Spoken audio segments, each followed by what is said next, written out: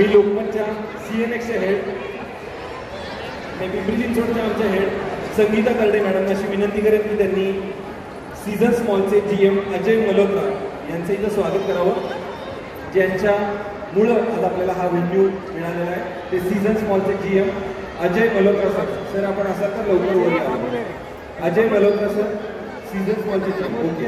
त्याच्यानंतर मी मॅडमना अशी विनंती करेन की चित्रपटाचे दिग्दर्शक मकरंद माने यांचं इथं स्वागत करावं, जोरदार टाळ्या. यानंतर या चित्रपटात ज्याची प्रमुख भूमिका आहे तो शुभंकर तावडे. मी संगीता तरडे मॅडमना अशी विनंती करेन की त्याचं इथं स्वागत करावं.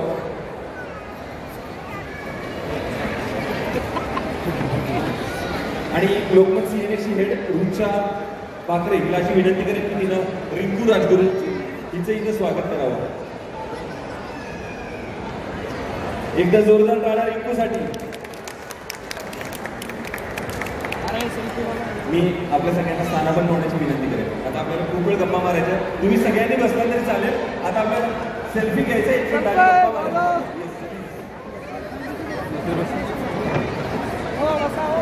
वायकॉम 18 स्टुडिओज ची निर्मिती असलेला येत्या 26 एप्रिलला संपूर्ण महाराष्ट्रभर रिलीज होणारा कागर आणि या चित्रपटाचे दिग्दर्शक मकरंद माने आपल्या समोर आहेत.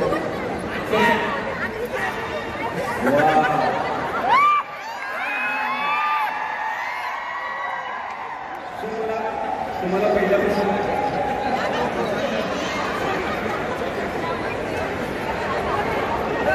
पहिल्या प्रश्नाचा विचारायचं की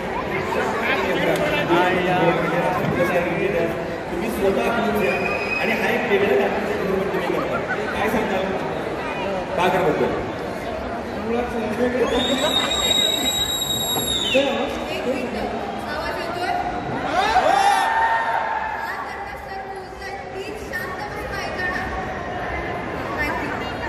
त्यांना आवाज येतोय पण त्यांच्या मनात आवाज येतोय, तो फक्त कमी करा म्हणजे हा आवाज ऐकू.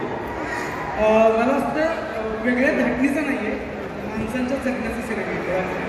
जिथून प्रेम, राजकारण, समाजकारण हे वेगळं करता येतं असा कागद आहे. अकलूजशी तुमचं नातं पुन्हा काही वेगळं सांगायची गरज नाही. अकलूजमध्येच चित्रपटाचं ट्रेलर बरंच सुरू आले, पण अकलूज विषयी काहीतरी आम्हाला ऐकायला अजून आवडतं. अकलूज विशेष आहे आपल्या दोघांसाठी, कारण रिंकू अकलूजची, मी अकलूजचा आहे.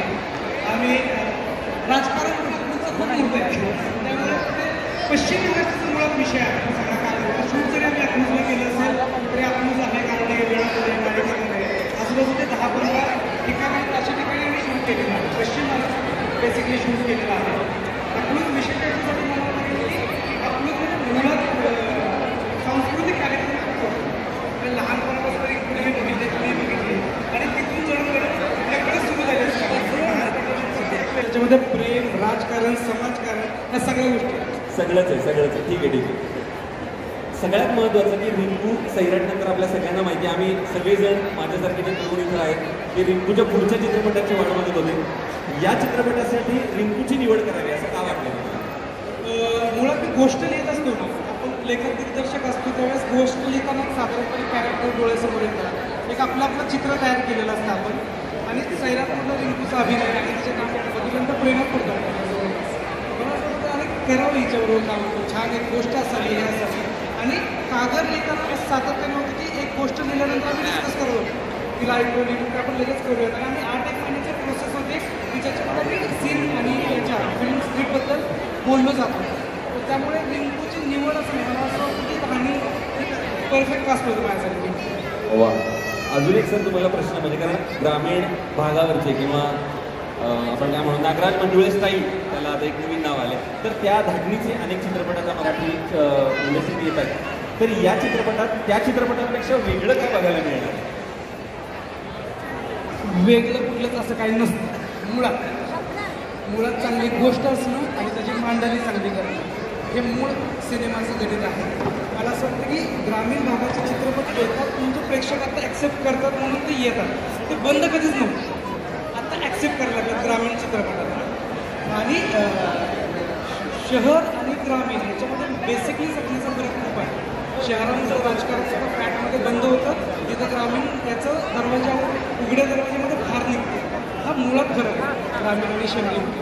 अजून फक्त 2 प्रश्न विचारण्यात त्यातला आणखीन एक प्रश्न म्हणजे प्रत्येक चित्रपट जेव्हा दिग्दर्शन करत असतो किंवा निर्माता तो निर्मित करत असतो तेव्हा एक प्रेक्षक डोळ्यासमोर ठेवलेला असतो की हा प्रेक्षक आपल्याला हवा आहे किंवा हा प्रेक्षकांसाठी हा चित्रपट बनवला आहे. तर हा चित्रपट नक्की कोणासाठी आहे? हा चित्रपट मुळात सगळ्यांसाठी आहे.